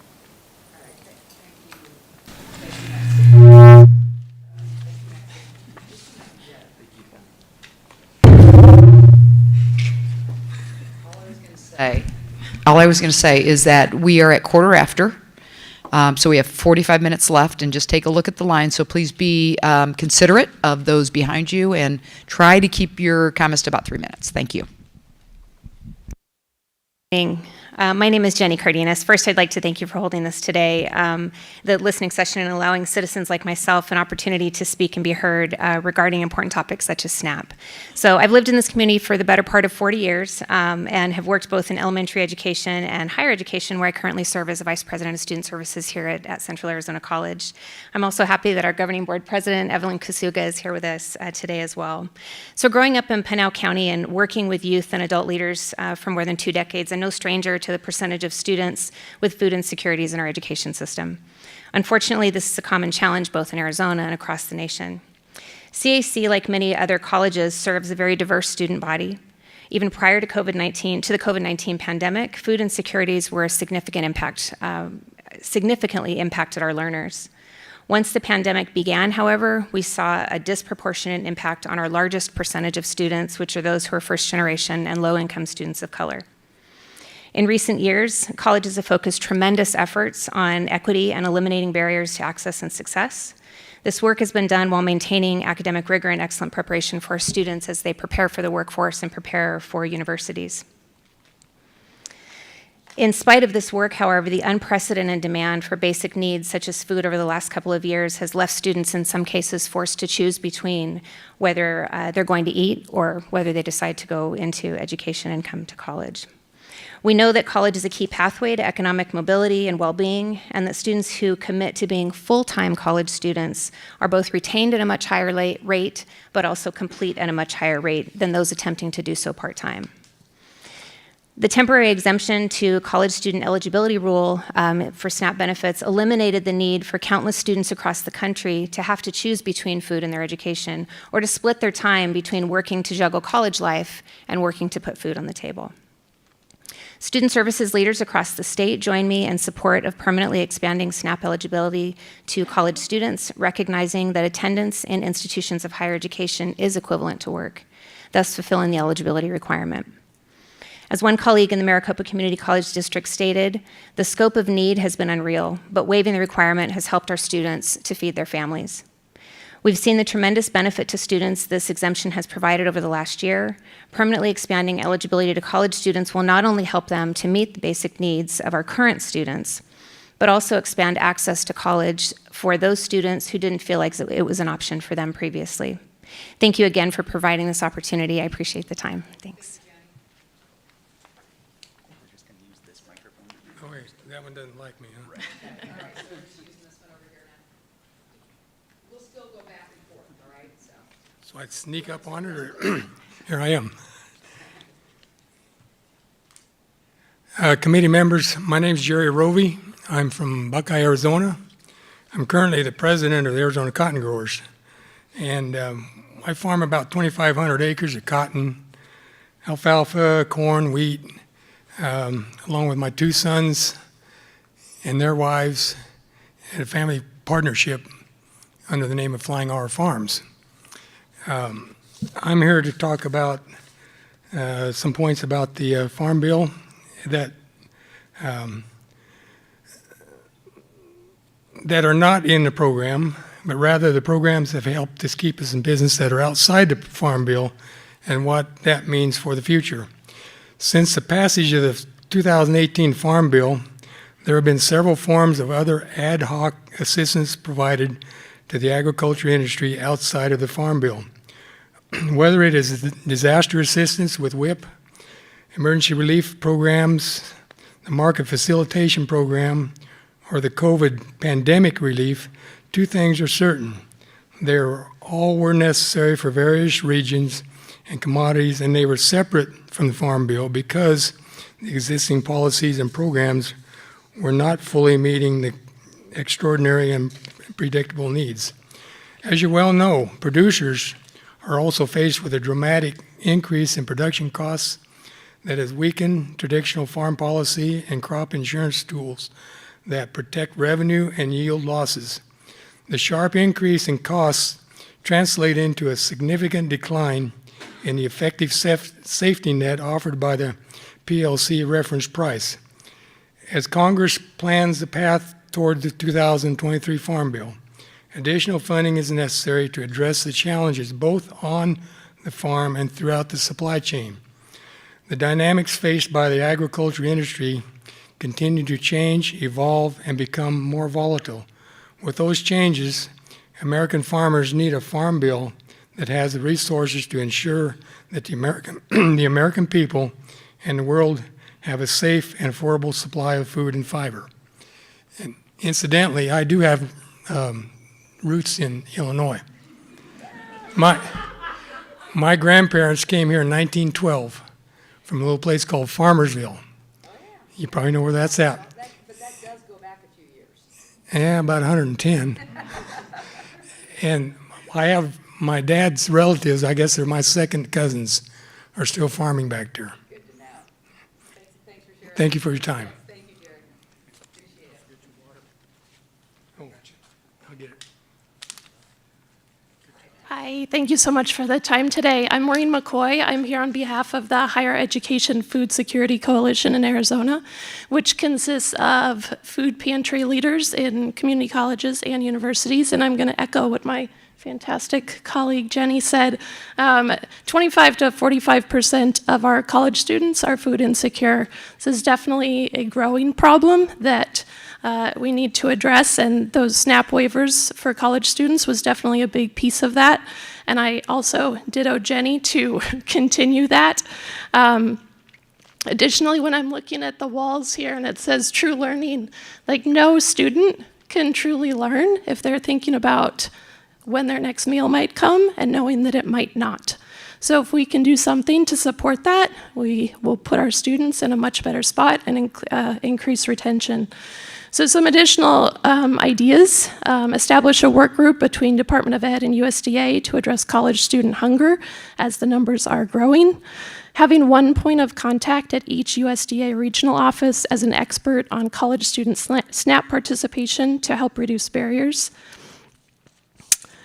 Providing a method of direct certification for FAFSA applicants with a parental contribution below the SNAP gross income threshold to set up more students for success. It's hard enough to get students through FAFSA, so FAFSA, then SNAP, is a lot of barriers for students. Supporting projects connecting SNAP to state financial aid offices, just making sure that there's those conversations happening. Allow SNAP employment and training programs that enroll people in college-based programs that result in certifications or degrees to use a one-to-one match rate to draw down federal funds. Creating a unit that has the sole function of inviting and timely facilitation of EBT applications and restaurant meal programs applications from colleges and universities that are using SNAP EBT on their campuses for students to purchase food. Allowing states to waive SNAP stocking requirements at campus stores would facilitate more certification of on-campus food retailers to accept EBT, and adding college students to the list of people who can purchase a prepared hot meal on a college campus that accepts EBT. Thank you so much. Solutions oriented. Thank So you. thank you for those ideas, Ms. Thank you McCoy. so much. Sir. My name is, excuse me, my name is Paul Paco Allerton. I'm a current farmer here, third generation farmer in Pinal County. And Representative Bustos, just so you know, I think I've been part of more farm bills than you have. That's how long I've been around. Okay, I'm on my 42nd cotton crop, and that's enough, and past president of the Arizona Cotton Growers. Well, I'm not bragging, okay?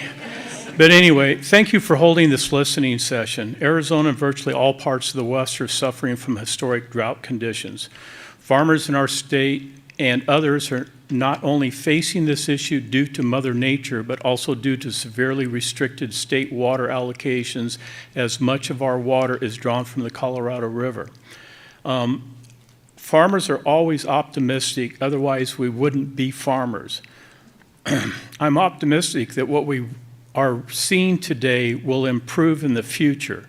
Unfortunately, the 1 in 4 rule implemented by USDA's risk management agency dampens that optimism when it comes to insuring my crops.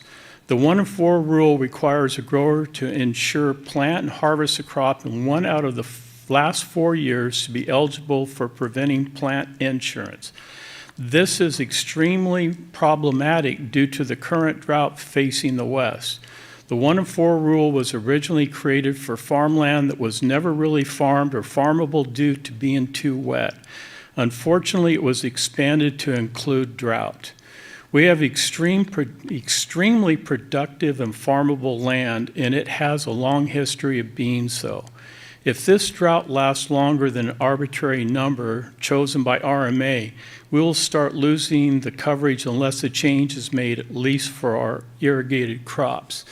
In my personal experiences, and I can't remember the gentleman's name from Maricopa-Stanfield Irrigation District, but I farm in 2 CAP irrigation districts here in Pinal County. And in one district, I have 45% of the allocation that I had last year. And the way it looks right now is I will have no water for that farm next year. The other farm, I have 1/3 of what I had last year, but I do have control of my wells, and there is some groundwater. But I still I don't have enough water to farm the whole thing. The other thing I wanted to mention is I'm the current chairman of the Arizona Environmental Quality BMP program for air quality. And as most of you are probably aware, you're in Pinal County, and we've been declared a serious attainment on PM10 emissions. And I beg you, please, to keep the EQIP funding for air quality issues for us to help us in Central Park. Water and air are very critical to life, along with food. And I don't know which one's more important, but we have expressed our concerns to EPA because everybody wants us to just throw water. It's not available for our fixes for PM10 emissions. Thank you for your time today. And from standing here, you all have very comfortable shoes on, I noticed. It looks like you're going to do some walking today. Enjoy my part of the world, farming, and hopefully you've got lots of water to stay hydrated. Thanks again for coming. Thank you, Paul. Yes, we do have a lot of walking today. All right, what do we have? 1, 2, 3, 4, 5, 6, 7 left. 30 minutes to go. All right? Thank you. I'll keep to the limit. Thank you, members of Congress. My name is Andrew Shagru. I am with Children's Action Alliance, which is an independent voice for Arizona's children at the Capitol and in the community. And I'm here today in partnership with Wildfire and the Arizona Food Bank Network to report out on the impact that the Title IV provisions of the Farm Act bill could have, that is nutrition programs. I just want to start with a couple of statistics. You know, we've been watching the rate of food insecurity and complementing the stories that you've heard from folks all around Arizona. And we have seen some statistics lately that have been pretty troubling. More than 1 in 10 Arizona families are now experiencing some level of food insecurity in the past 7 days, and that's as of earlier this month. And Arizona households have also struggled to afford their usual expenses. That rate has climbed to 40%, and I regret to inform you that that is the highest that the Household Pulse Survey has recorded in the state of Arizona since it was used in 2020.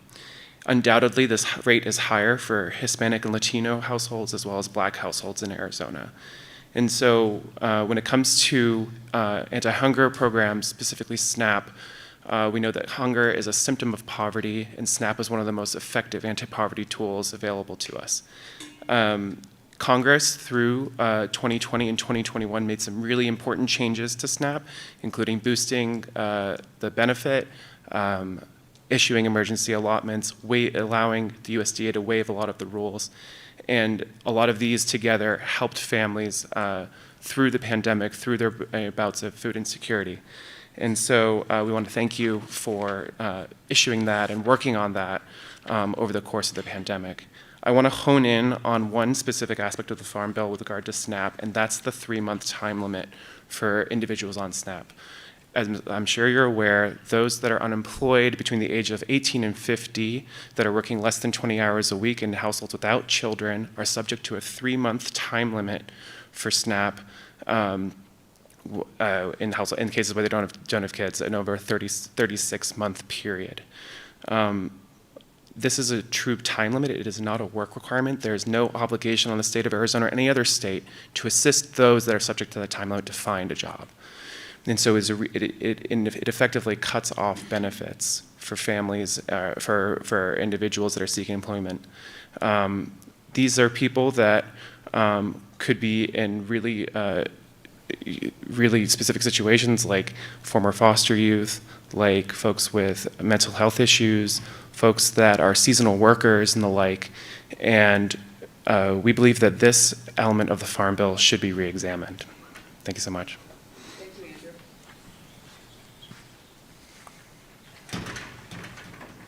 Hey, good morning. I'm Robert Medler. I'm with Western Growers Association. We're a fresh produce association based out of California. We have members in Arizona, Colorado, New Mexico primarily, but throughout the western U.S.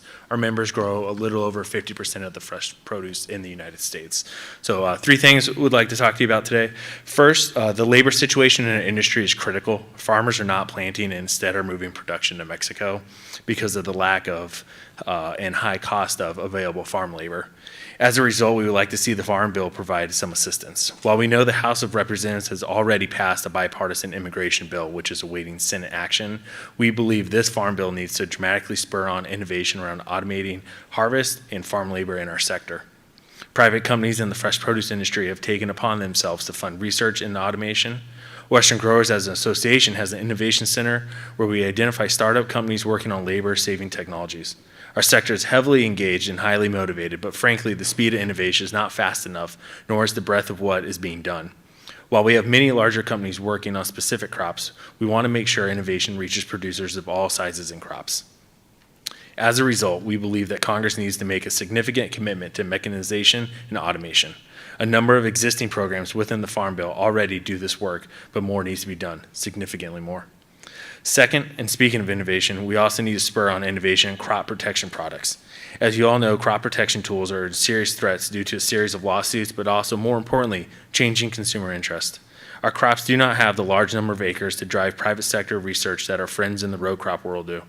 As a result, many products that we use have been developed as a secondary use of a row crop product. Sometimes 10 years after development for row crop use, and then research begins to authorize use of that product for us, which takes years more. Our community needs more assistance in product development, both in terms of conventional products, but also non-conventional products, which is where it appears crop protection is headed. We can't wait 10, 15, 20 years for new non-synthetic crop protection tools. Again, the Farm Bill has programs to help assist with that type of research, but more needs to be done. Finally, I want to highlight the issue of food safety. Western Growers members are committed to producing the safest food in the world, but as members of this committee know, farming is not done in a hermetically sealed laboratory. As a result, food safety incidents do happen. As a result of the Food Safety Modernization Act, farms are under increasing regulatory scrutiny. Additional resources need to be provided to the produce industry, both in terms of technical expertise to implement the resulting regulations, but also funding for research and the new innovations which will make the food supply safer. Thanks so much for being here. I appreciate the time.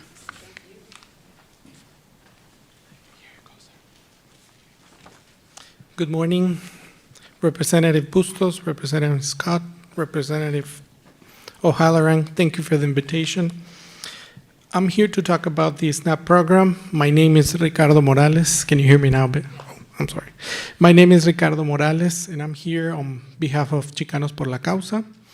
Following Chicanos por la Causa mission of economic and political empowerment, I'm here today on behalf of my organization and our president, David Adame, to support the removal of the 5-year bar that denies critical care and aid to people who are lawfully present in this country. In Chicanos por la Causa, we are committed to protect immigrant families, and from firsthand, I can tell you that we know the fear of legal permanent residents, DACA recipients, and victims of crime to apply for SNAP. Among the Hispanic community we serve, there's a wrong perception that participating in SNAP could affect immigration status or the chances for becoming a U.S. citizen. We believe the Leave the Bar Act will restore access to programs like Medicaid, CHIP, and SNAP for lawfully permanent residents by removing the 5-year waiting period and other restrictions to federal public benefits. Thank you for your time. Thank you for your brevity.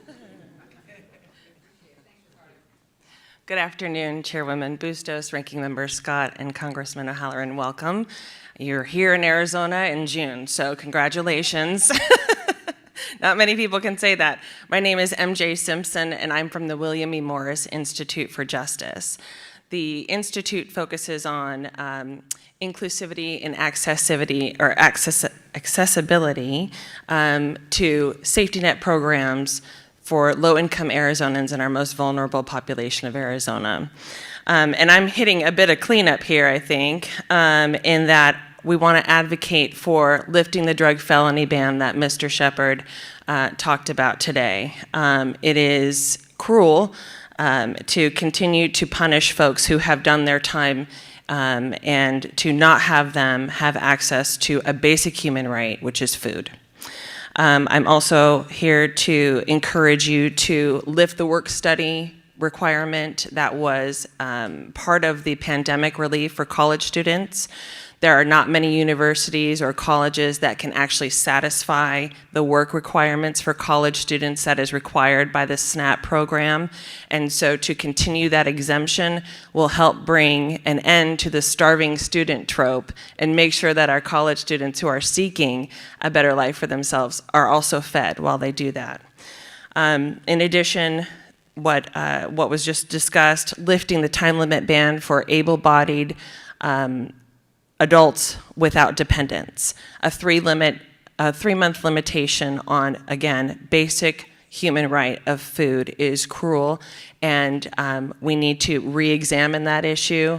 There are not folks who are living off of the food stamps. They are trying to work, but this particular requirement it inevitably is actually cruel.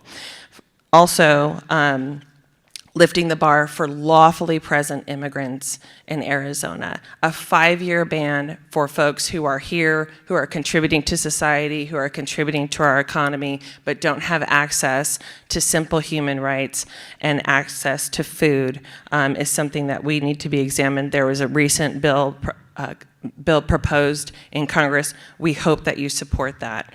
Finally, with respect to accessibility and inclusivity, we would like for you to lift any barriers for access to these life-sustaining programs by not having technology impede people's ability to apply for these benefits. For example, many people have talked about ID.me, which was something that the IRS was going to implement this year and almost immediately took back because it is not a process that is, it has problems recognizing folks of different races. It has problems with even people using the technology and having access to the technology to comply with that program. So thank you again for being here. I have to say my only attachment to Illinois and Georgia, being a native Arizonan, is watching the Cubs on WGN and the Braves on TBS. So there you go. Thank you.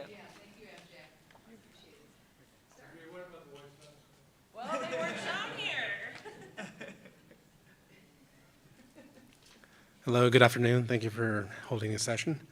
My name is Devin Suarez with Suarez Forestry. We're a logging company out of northern Arizona.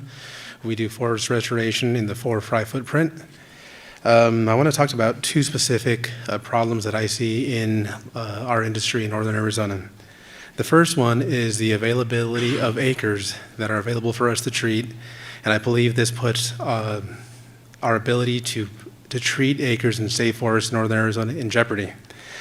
It seems that the Forest Service is currently lacking the capacity or maybe the willpower to issue acres to be under contract for loggers like us to treat.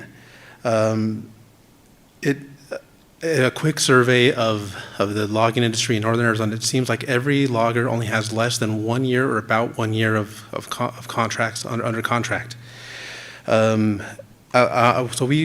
My company specifically works in the Kaibab and Coconino National Forest, and our section of the industry needs about 13,000 acres per year. Last year, the Forest Service only released 7,000 acres.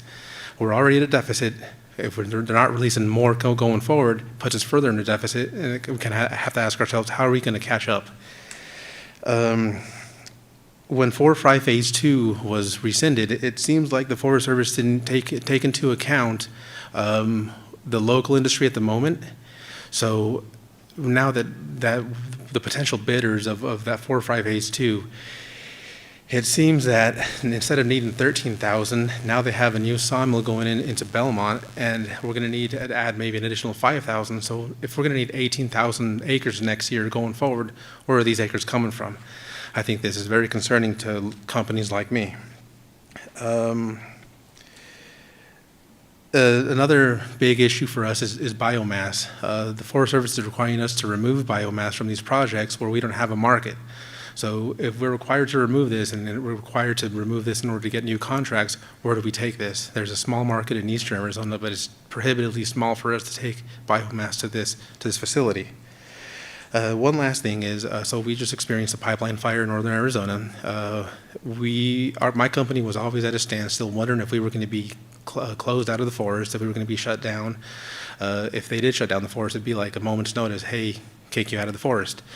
So if we would be able to get your assistance in finding ways to mitigate this problem, we do have fire mitigation programs, protocols in our program. So we're not like the general public that we're just out there starting wildfires. We're out there trying to save the forest, and we are subject to these seemingly arbitrary deadlines. Thank you. Before you leave today, talk to me. Yes, thank you.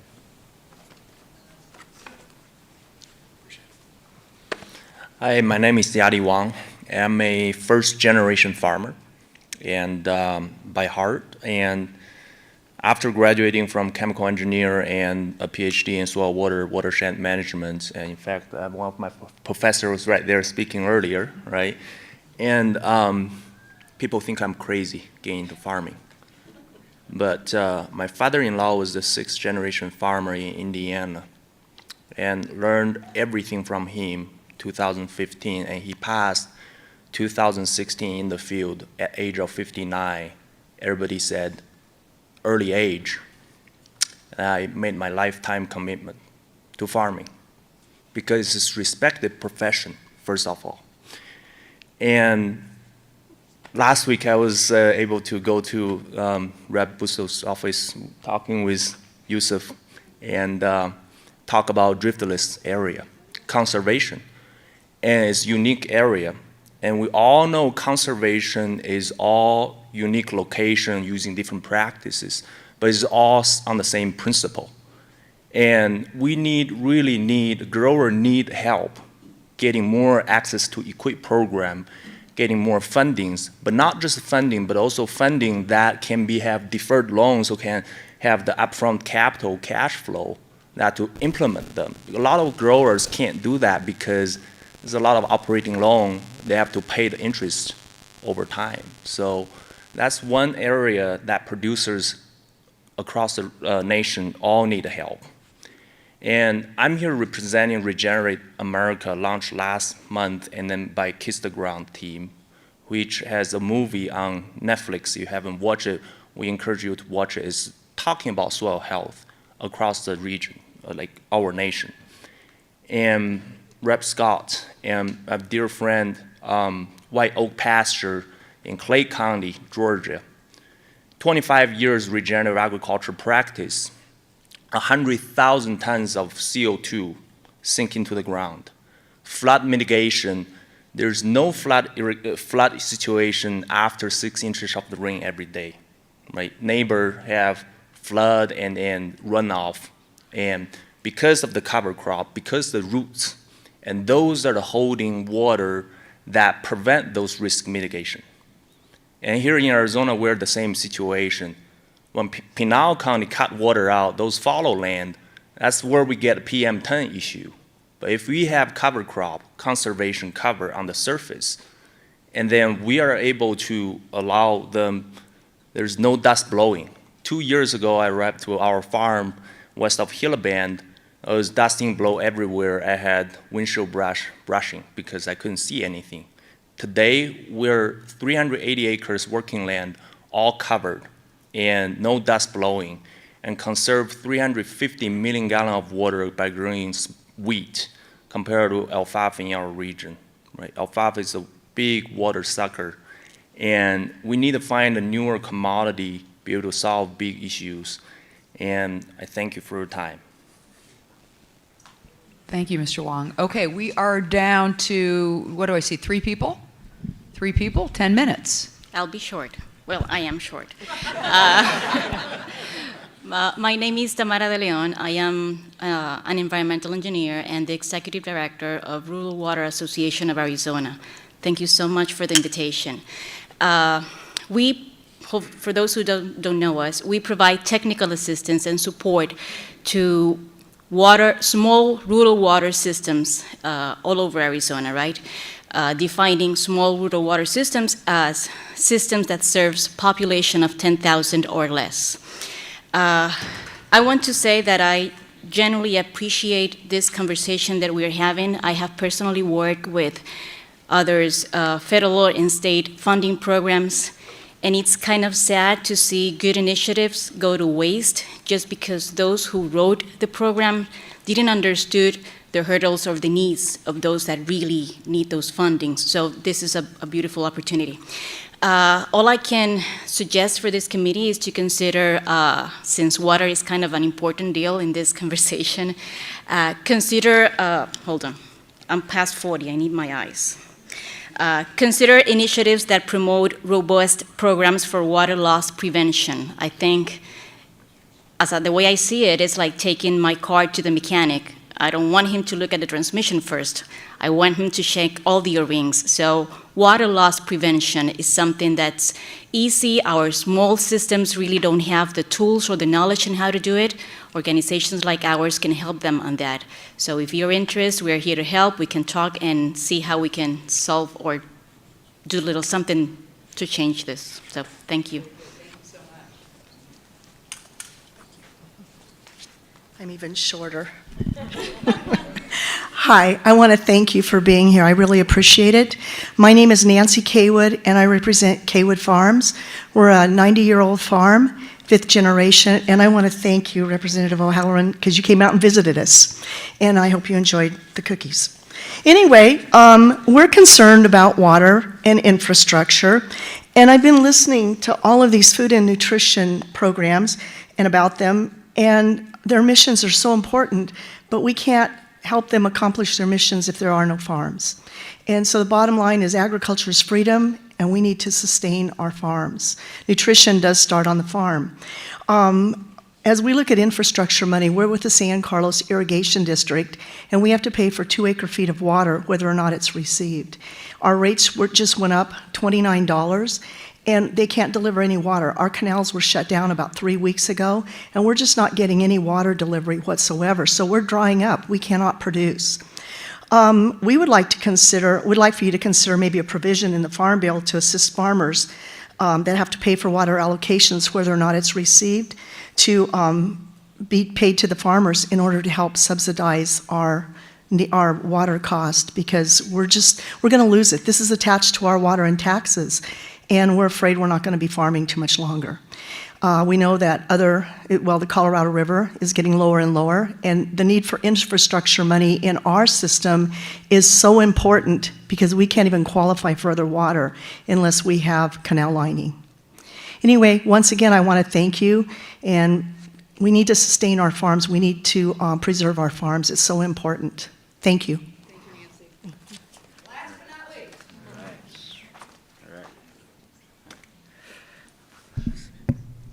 All right, good afternoon. Mitchell. My name is Mitchell Goodman. I'm from the Tohono Nation, Florence Village, right down the road. I work for a Family Assistance Division as a program manager and oversee food distribution program, burial assistance, general assistance, and the LIHEAP or LEAP program for energy assistance. So, pretty much serving those in low income or, like you said, the vulnerable population. So just coming up to just share, we are thankful for our programs being 2 hours, 1 hour away from, the urban area to get sustainable food or having food on a consistent basis.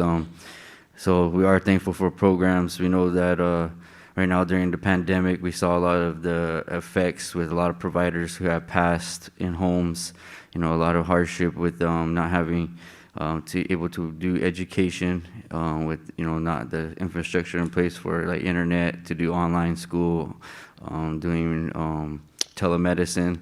So we see a lot of our elders and youth that and solo families, solo parent families being affected, during this time where, food is the need, and that they are grateful when they come out to food bank, and that when they do sign up, right now we have about 400 plus regular applicants, but the need is still out there. People call in, so there is a barrier. There is that barrier of the process, as far as acquiring and being eligible and being able to use electronic means, or even getting a ride to our areas. So we're trying to figure out those ways to reach the people and get the infrastructures in place and the resources in place, the funds to reach our elders and our youth that are, spread out through the nation. We have 34,000 members, and the nation is the size of Connecticut. So that's a large area to cover. As far as we have 6 staff that are distributing food throughout the nation. Right there, we just want to say, the seed is, if you use the seed as a metaphor, it's a blessing because it just continues to give with the right environment and the right support, the seed. And so I think back right now, it's autumn, New Year, which is the picking of the Dutch, picking of the saguaro fruit, the cholla buds, and so we want to get back to being self-sufficient and resourceful and sustainable by utilizing our environment. So with the right funding and supports, ultimately we won't have to just use processed food or have the effects, the long-term effects of processed food, the toxins and things like that affect our people. So that's the ultimate goal, is to be sustainable, self-sufficient, and have small gardens and small. We have the co-op Santa Maria Farms, but as far as even implementing our foods into food bank or commodity foods, and having it where each district or each community has their own gardens and can be self-sufficient and sustainable. But that is the environment. We have mesquite beans, we have cholla buds, we have prickly pear. There's all the resources around us. The greasewood, the shugi is a medicine, the tea. It's all around us. It's just a matter of the resources to utilize those natural growing goods in our what our ancestors survived all these thousands of years off of, and how our families continue. Because I was thinking of the Maslow hierarchy of needs. The basic need was always been food, but with the changing of times, like they say, the top of the hierarchy is self-actualization. With the enterprises and the conglomerate, how do you say, enterprises and large businesses. I think that's the ultimate goal, is to share, give and donate, and it trickles down. So I think that right there with the family environments right now, we're just able to use what we have and make it last. Live above your means. And so I think that's the ultimate goal and value right there. It's just if you have it, share it. And so hopefully they can see that. That's the goal. So just wanted to share on that. Thank you. All right. Thank you very much for those comments. All right, you guys, we are almost at the hour. I'm going to let Austin have a couple closing thoughts, then I will share a few, and then we're going to have your own congressman close everything out. Congressman Scott. So one, thank you for taking time to come here on a Saturday, and we're going to have a tremendous number of discussions on the food supply, and whether that be how it gets to the grocery store, how it gets to the table through food banks or SNAP or other things. One of the big debates we're going to have is going to be on hot foods. I will tell you, it makes no sense to me that you can buy a Kit Kat, but you can't buy a rotisserie chicken. And so I have some of the people back home called me the food police when I suggested that I do not think we should be allowed to buy candy bars with our SNAP benefits. Not that I don't want a kid to have a candy bar, but I do think we have a serious problem with obesity in this country, and I think that we can do a better job by implementing not exactly what we have with WIC, but systems that encourage the purchasing of more nutritional foods than we currently have. Mr. Wong, I wish you the best success, and if you're able to do like the gentleman with White Oak Farms has done, you'll create a niche market and you'll make a lot of money doing that.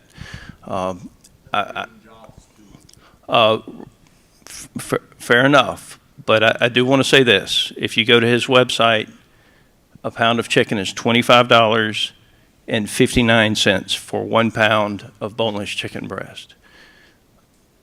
We in this country, 99% of Americans, including the one that's talking right now, can't afford to pay $25 a pound for chicken breast. He's done a wonderful job building a business around a niche market in agriculture. And there are a few people that can pay $25 a pound for chicken, but Americans as a whole want to be able to walk into a store and pay $5 to $7 for a whole rotisserie chicken. I know in my family we do. So I do think we have to be very careful about making sure that when we talk about the food supply, that we don't do things that create a scenario under which it's not affordable for the average Americans. So again, 90% of the food supply comes from 12% of the farms, and as we engage in the Farm Bill, understand it's somewhat of a game of Sudoku.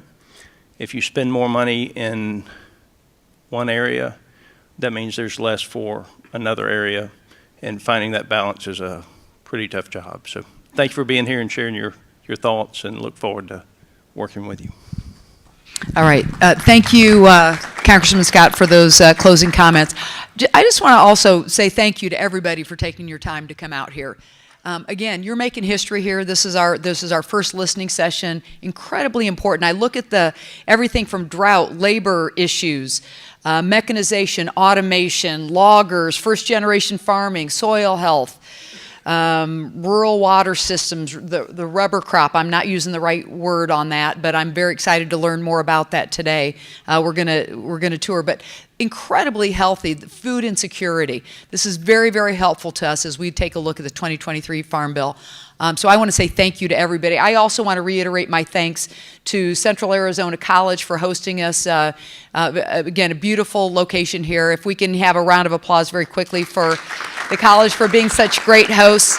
I want to thank the police force for making sure that everything went smoothly. Thank you so much to our police officers who are here today. And Congressman O'Halloran, thank you for inviting us to your district.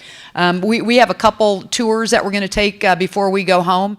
I think Congressman Scott's going to take the red eye, so we're going to be working pretty hard. I'm going to fly out first thing in the morning, but very much look forward to learning a little bit more about what is grown here in Arizona, because if you're from Illinois, if you're from Georgia, this is also a learning experience for us. So with that, let me turn it over to your hometown Congressman, Tom O'Halloran.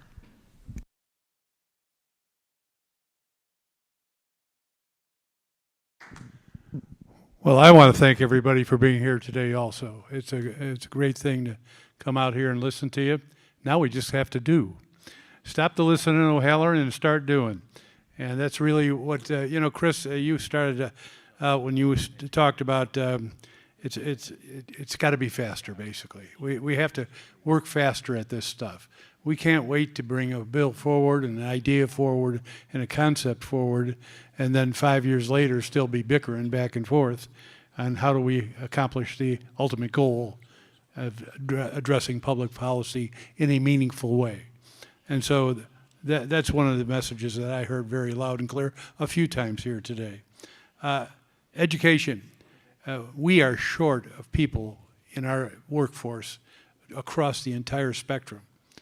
And what we do know, and we should correlate to much more, is that when we have students out there that have to quit college because they have to go and find a job, and because they aren't getting fed enough, or they can't afford housing and stuff, that is counterproductive to the overall goal and objective of getting the type of labor force that's competitive not only here in our country but around the world, because that's where our adversaries are at.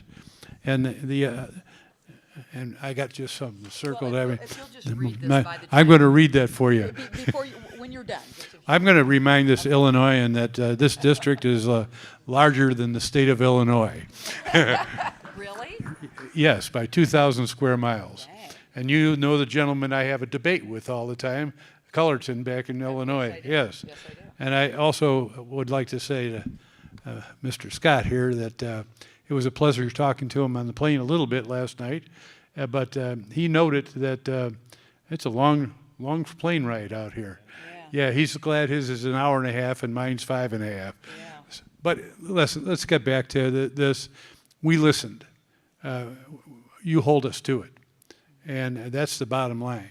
We have to understand that we have to turn things over faster. It's been a frustration of mine. I'm sure of yours also, both of you.